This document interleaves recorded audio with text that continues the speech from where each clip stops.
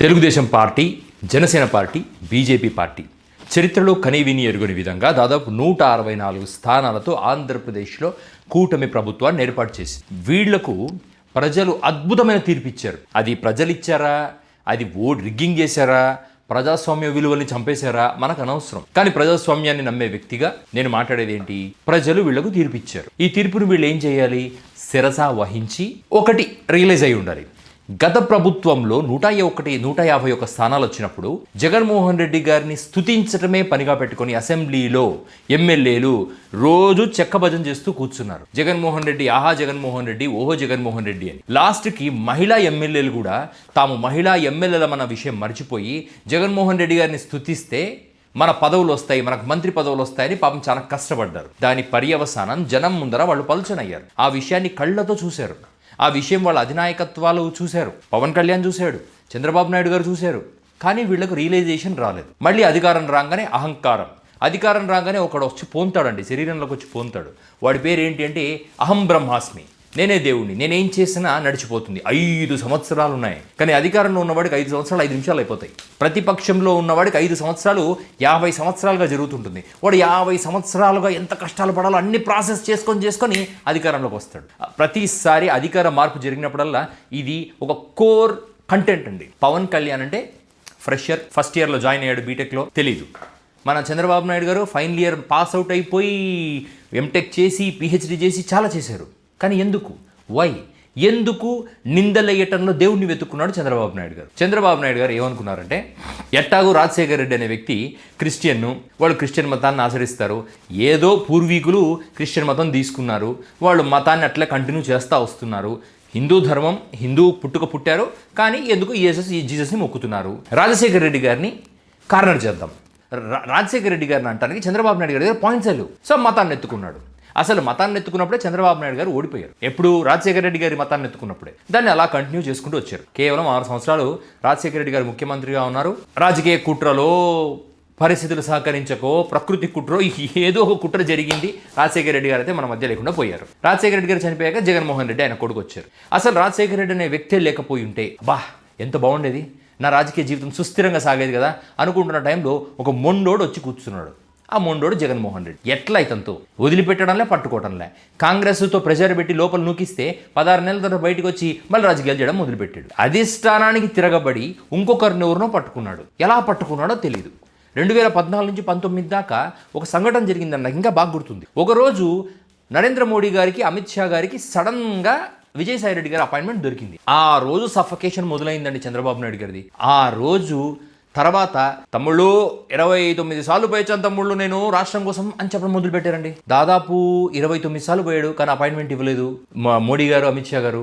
ఆ తర్వాత అహంకారం, అదే నేను చెప్పినది అహం బ్రహ్మాస్మి, అహంకారం తలకెక్కి నరేంద్ర మోడీ గారిని బండబూతులు. నాకు తెలిసి నరేంద్ర మోడీ గారి జీవితంలో ఇప్పటివరకు ఆయన ఎవరు అనరాని మాటలు. నీకు భార్య లేదు, నాకు కొడుకున్నాడు, భార్య ఉంది, నీకెవరున్నారా ఒంటికాయ సొంటికొమ్మగాడు అని ఆ రోజు చంద్రబాబు నాయుడు గారు అంట మొదలుపెట్టి. నాకు తెలిసి నరేంద్ర మోడీ గారు అంటే నేను నా అంచనా, అంటే నా పనే అంచనాలు వేయటం కాబట్టి నేను అంచనాలు వేస్తాను. అది నిజమైండొచ్చు, అబద్ధం ఉండొచ్చు. కానీ నరేంద్ర మోడీ గారు ఒకటి మెంటల్గా ఫిక్స్ అయి ఉంటారు. అదే అప్పుడు సోనియా గాంధీ గారు I want to see Jagan behind the bars అన్నారు, చూసారా? అది మనం వినుంటాం, సోనియా గారు అన్నారు అని. అతను ఎవరో ఇంటర్వ్యూలో చెప్పారు. అలా మోడీ గారు అని ఉంటారు, I want to see Babu never again in politics అని మోహన్ బాబు గారు రేంజ్. దానికి ఒక బీజం పడింది. ఆ తర్వాత జగన్మోహన్ రెడ్డి గారు గెలిచారు. తర్వాత మళ్ళీ పవన్ కళ్యాణ్ ఒక దేవుడు, చంద్రబాబు నాయుడు గారికి దేవుడు. రాజకీయాల్లో అప్పుడప్పుడు అటువంటి ఒక వ్యక్తి కలిసి వస్తుంటాడు. కానీ ఆ వ్యక్తిని కరెక్ట్గా ట్రాప్ చేసి పట్టుకోవడం కూడా ఒక ఆర్టిస్ట్ మన బాబు గారు. పవన్ కళ్యాణ్ని పట్టుకున్నాడు, పవన్ కళ్యాణ్ బీజేపీని పట్టుకున్నాడు, వీళ్ళిద్దరు కలిసి రాష్ట్రాన్ని పట్టుకున్నారు. ఇప్పుడన్నా పరిపాలన సరిగ్గా చేయాలా? జనసేనలో వినూత కోట తన ఇంట్లో సమస్య వచ్చింది ఒకటి వల్ల, ఒక డ్రైవర్ వల్ల, అది కూడా ఒక సిట్టింగ్ టీడీపీ ఎమ్మెల్యే అని పోయి చెప్తే పవన్ కళ్యాణ్ పట్టించుకోవడం అనడానికి స్ట్రాంగ్ రీజన్ ఉంది. ఎందుకంటే అతను జస్ట్ 21, ఇతను దాదాపు 140 అంటే సీట్స్ నేను చెప్తున్నా. ఇంకా పార్టీని మనము బలోపేతం చేసుకోవటం కన్నా చంద్రబాబు నాయుడు గారి దగ్గర ఇప్పుడు సైలెంట్గా ఉంటాం మిన్నా అనుకున్నారు మన పవన్ కళ్యాణ్ గారు. తన పార్టీలో ఎన్ని సమస్యలు వచ్చినా కూడా గాలికి వదిలేస్తా వచ్చాడు. చంద్రబాబు నాయుడు గారు దానికి ఎంత బాధ్యతగా ఉండాలి. ఇప్పుడు ఇక్కడ 2 విషయాలు మాట్లాడాలి మనం. పవన్ కళ్యాణ్ తన ఇమేజ్ని పణంగా పెట్టి చంద్రబాబు నాయుడుని కాపాడుతున్నప్పుడు చంద్రబాబు నాయుడు గారు ఏమనుకోవాలి, పవన్ కళ్యాణ్ ఇమేజ్ని పెంచాలి అనుకోవాలి.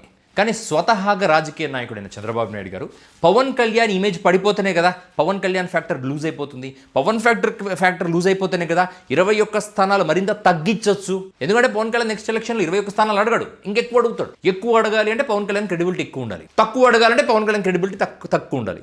కానీ పవన్ కళ్యాణ్ క్రెడిబిలిటీ తగ్గితే ఆటోమేటికల్లీ మనకు కూడా తగ్గిపోద్ది కదా అనే విషయం చంద్రబాబు నాయుడు గారు మిస్ అయ్యారు. పవన్ కళ్యాణ్ గారిని చంద్రబాబు నాయుడు ఇద్దరు కూర్చొని జగన్మోహన్ రెడ్డి అనేవాడు లేకుండా పోవాలి అంటే రాజకీయాల్లో ఏం చేయాలి? ఒకటి చంద్రబాబు నాయుడు గారు చెప్పారు, తారక మంత్రం ఉంది. అదేంటంటే దేవుడు. రాజశేఖర రెడ్డి మీద వాడాను, ఇప్పుడు జగన్ మీద వాడదాం అని ఒక నిందను రెడీ చేశాడు. ఒక వ్యక్తి ఉన్నాడు, ఆ వ్యక్తి చాలా పవర్ఫుల్, కలియుగ దైవుడుగా పేరు పొందాడు. ఆ వ్యక్తిని మనం సిచ్యువేషన్లోకి లాక్కొచ్చి రిక్వెస్ట్ తీసుకొచ్చామనుకో, అతనే అంతా చూసుకుంటాడు. ఎందుకంటే అతనికి నాకు మంచి క్లోజ్ రిలేషన్షిప్స్ ఉన్నాయి. బాబు గారు మీకు ఆ వ్యక్తితో కూడా క్లోజ్ రిలేషన్షిప్స్ ఉన్నాయా? ఎవరు ఆయన అంటే ఆయన మన వెంకటేశ్వర స్వామి. నేను రెగ్యులర్గా వెళ్తుంటా, నేను హిందువుని కదా, సనాతన హిందువుని. ఈ పాయింట్ ఏదో బాగుంది సనాతన, నేను ఇది తీసుకుంటాను, మీరు తగులుకోండి, నేను చెలరగిపోతాను. పవన్ కళ్యాణ్ చంద్రబాబు నాయుడు గారు కలిసి లడ్డూలో కల్తీ. ఇంకా కథ నేను చెప్పను మీకు. లడ్డూలో కల్తీ, యానిమల్ ఫ్యాట్స్ ఉన్నాయి ఈ లడ్డూలో. ఏ యానిమల్? మామూలుగా ర్యాబిట్, రేర్ ర్యాబిట్ కాదు, beef, Pig, fish, mutton, chicken, అన్ని ఆయిల్స్ ఉన్నాయి దీంట్లో. నేను ఒక నిందేసేసాను. ఎవరి మీద? దేవుడి మీద. ఏ బేసిస్ మీద చేశారు బాబు గారు అంటే, ఇదిగో ఎన్డీడీబీ రిపోర్ట్ అని పట్టుకొని వచ్చాడు. వాడెవడో ఎన్డీడీబీ వాడు అనుకుని ఉంటాడు, ఒరే నేను నా పని రిపోర్ట్ ఇవ్వటం, అనుమానాల్ని వ్యక్తం చేయటం రా బాబు. ఈ దేశంలో ఇంత భయంకరమైన సిచ్యువేషన్ క్రియేట్ చేస్తానని అనుకోలేదురా మీరు చేస్తారని అనుకున్నాడు. చాలా డిప్రెషన్లోకి వెళ్ళిపోయింటాడు వాడు, ఎన్డీడీబీ వాడు. ఇక వెంటనే పవన్ కళ్యాణ్ గారు అప్పుడు బాగా లాంగ్ హెయిర్లో ఉన్నారు. ఇప్పుడంటే అదేదో కొరికేసిన చుట్టేసుకుని ఉన్నారు, కానీ అప్పట్లో ఏదో బాగుండే లాంగ్ హెయిరింగ్. అంటే పిలక కట్టి క్యాప్ పెట్టి ఇంకా వేసుకొని జై హిందూ జై జై హిందూ అనుకుంటా డిక్లరేషన్, తిరుమల వరాహ డిక్లరేషన్ ఏందో. ఇంకా ఆయన ఏం మాట్లాడాడో ఆయనకి తెలీదు. అంటే నేను ఆయనంత పండితుడిని కాదు, నేను పామరుణ్ణి కాబట్టి నేను సహజమైన భాషలో మాట్లాడుతున్నాను. కానీ ఆయన పండితుడు, ఆ పండిత శిఖామణి మాట్లాడిన మాటలు మనకు రావు. ఇక నెక్స్ట్ ఇంకా వైసీపీ నేతలను అవమానించటం.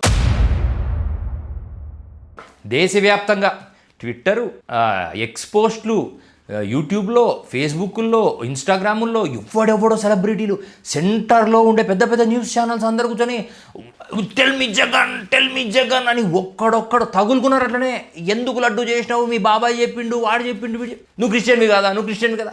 ఏం మాట్లాడతాం మనం? ఏం మాట్లాడలేం. క్రిస్టియన్ ఇంకా ఇంకా ఇంకా న్యూట్రల్ పీపుల్ కూడా అవును కదా, జగన్ క్రిస్టియన్ కదా, క్రిస్టియన్ ఎందుకు లడ్డు కలిపాడు? అసలు మనం బుర్రలో ఆలోచించడం మానేసాం మనం. ఒక క్రిస్టియన్ లడ్డూలో ఎందుకు కలుపుతాడు రా? క్రిస్టియన్ ఎందుకు కలుపుతాడు అంటే, క్రిస్టియన్ లడ్డూలో కలుపుతాడు, హిందువులు పోయి క్రిస్టియన్ నీళ్ళలో కలుపుతారు, ముస్లిమ్స్ వచ్చి పాలలో కలుపుతారు. ఎటువంటి నెరేటివ్ బిల్డ్ చేసింది గవర్నమెంట్? దట్టు అఫీషియల్గా చంద్రబాబు నాయుడు గారు. పవన్ కళ్యాణ్ వదిలేయండి, నేను మళ్ళీ మాటి చెప్తాను, పవన్ కళ్యాణ్ వదిలేమని. ఎందుకంటే ఫ్రెషర్, ఇప్పుడే జాయిన్ అయ్యాడు పాలిటిక్స్లో. ఇతను పిహెచ్డి ఇన్ పాలిటిక్స్. లడ్డూలో లడ్డూలో ఇంకా అదే ఏదో అవమానం. ఇక్కడే సరిగ్గా అప్పుడు మన 1419లో నీకు కుటుంబం లేదు నాకుంది అని చెప్పారు ఒక పెద్ద మనిషి. మైండ్లోకి అది ఎవరో గుర్తు చేసినట్టు గిల్లినట్టున్నారు సార్ మిమ్మల్ని అన్నప్పుడు. వాడు మన ఫ్రెండ్ కదా, నీ ఫ్రెండ్ గిండు నెయ్యి జాంతా నెయ్యి తగులుకోవాల్సిందే అని చెప్పి ఓల్డ్ ఫ్రెండ్కి ఒక ఫోన్ కియా. ఆయన చెప్పాడు ఆల్రెడీ కాషన్ కియా, అభి సుప్రీం కోర్ట్ ఎంటర్ కియా, సిబిఐ ఛార్జ్ షీట్ లేగే ఆయా. ఏమనాయా? ఇందులో అనిమల్ ఫ్యాట్స్ లేవని చెప్పి పాయా. ఇక్కడ ప్రాబ్లం స్టార్ట్ అయింది. సరే, అప్పటి వరకు వైఎస్ఆర్సీపీ పార్టీలో కూడా కొంతమంది నిజంగా తప్పు జరిగిందా, ఎలా ఎదుర్కోవాలి, దీన్ని ఎలా డిఫెండ్ చేయాలి, పవన్ కళ్యాణ్ ఏమో ఊగిపోతా ఉన్నాడు, చంద్రబాబు నాయుడు ఏమో సాగిపోతా ఉన్నాడు, ఎలా అనుకుంటున్న టైంలో మన గాడ్ ఎంట్రీ ఆయా. సుప్రీంకోర్టు అంటే నా దృష్టిలో గాడ్ అంటే సుప్రీంకోర్టే నిజాల్ని పట్టుకొని వచ్చాడు. ఇప్పుడు అనిమల్ ఫ్యాట్ లేదు, ఏం చేద్దాం సార్? అఫీషియల్గా సుప్రీంకోర్టు నుంచి రిపోర్ట్ వచ్చింది, అనిమల్ ఫ్యాట్స్ లేవని, ఏం చేద్దాం సార్ అంటే, నీకెందుకు పరేషాన్, మై హూనా అని ఇంకా బాబు గారు దిగారు. అఖండ 2ను వాడుకున్నారు, హరిహర వీరమలను వాడుకున్నారు, రకరకాల పరిస్థితుల్ని వాడుకున్నారు. సనాతన ధర్మం అంటారు, వాడెవడో ఛానల్లో కూర్చుంటాడు, వాడు ఒక ముసలోని తీసుకొచ్చి కూర్చోబెడతారండి మీరు, వాడు ఊగుతుంటాడు, వాడు ఏంది మాట్లాడుతుంటాడు. లాస్ట్కు రోజా గారు అతను కాకానే ఎవరో సంథింగ్ ఎవరో అండి పొలిటీషియన్స్ ఇద్దరు తిరుమల లడ్డు గురించి తప్పు చేశారు వీళ్ళు, ఇప్పుడు స్ట్రెస్ అవుతున్నారు అంటే, చూసారా వీళ్ళు తప్పు చేశారు స్ట్రెస్ అవుతున్నారని అఫీషియల్గా టీవీలో డిబేట్లు పెట్టే స్థాయికి. అసలు అవన్నీ సోషల్ మీడియాలో వచ్చి మీమ్స్ని డిబేట్లు పెట్టారు. సరే, ఇంకా అంత దారుణమైన పరిస్థితికి ఆంధ్రప్రదేశ్ దిగజారినప్పుడు మనం ఏం మాట్లాడలేం. ఇక అసెంబ్లీ సమావేశాలు స్టార్ట్. అసెంబ్లీ సమావేశాల్లో మనకు సిట్ రిపోర్ట్ దొరికింది. ఇంకా మన వైసీపీ వాళ్ళు భగవంతుడే దిగొచ్చి వీళ్ళకి రిపోర్ట్ ఇచ్చాడు అని ఇలాగా ఫీల్ అయ్యి, ఎందుకంటే వాళ్ళు సాధించిన ఘనత అది, వాళ్ళు సాధించిన ఘనత కాదన్న విషయం వాళ్ళకి తెలియదు. అది దేవుడు సహకరించాడు. దేవుడు సెంట్రల్ లెవెల్లో దేవుడు, సుప్రీంలో దేవుడు, వీళ్ళందరూ సహకరించారు.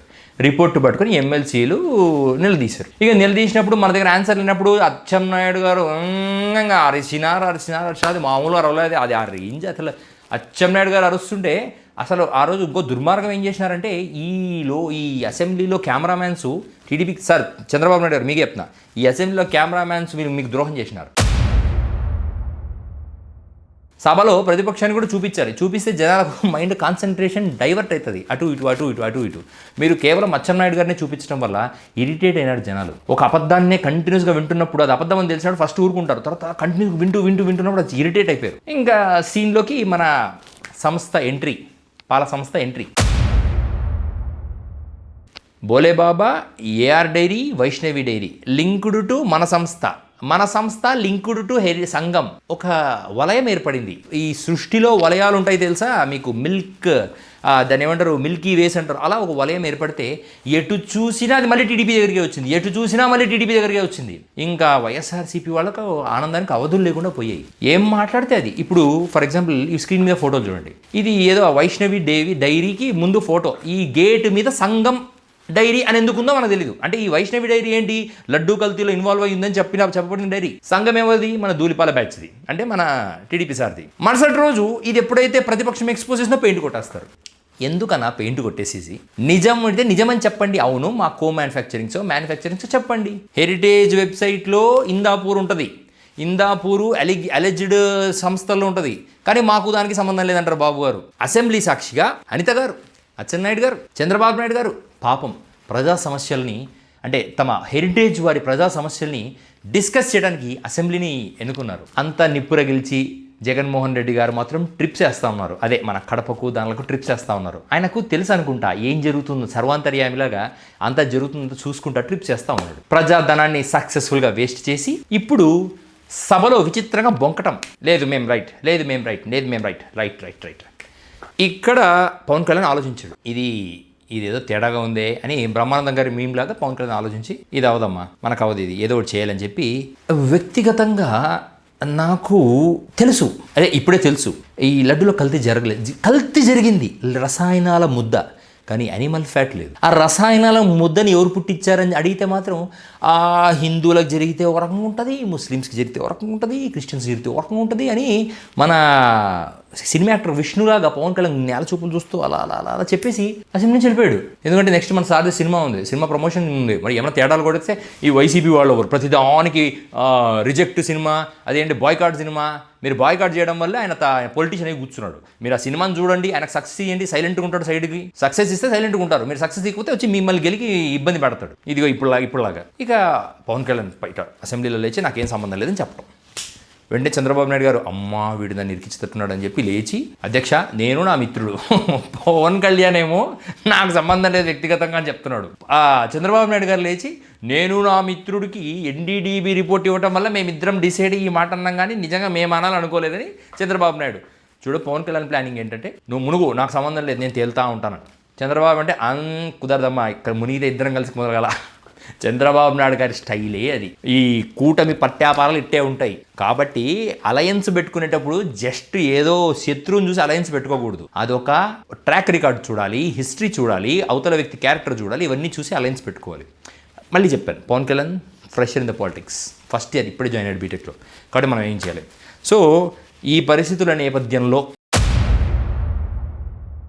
ఈ యొక్క నింద వీగిపోయి మళ్ళీ నిందను సస్టైన్ చేయాలి అని చెప్పి చంద్రబాబు నాయుడు గారు పడుతున్న ఆవేదన అవస్థలు నాకు తెలుసు, నాతో పాటు మీకు కూడా తెలుసు. వన్ మ్యాన్ కమిటీ, ఏదో ఒకటి ఇవ్వరా లేకపోతే చచ్చిపోయేలా ఉన్నాను అన్న స్ట్రెస్లో చంద్రబాబు నాయుడు గారు ఏదో ఒకటి రిపోర్ట్ తీసుకోవాలని డిసైడ్ అయ్యారు. రిపోర్ట్ వచ్చే వరకు స్టే ట్యూన్డ్ టు మన కోసం ఛానల్.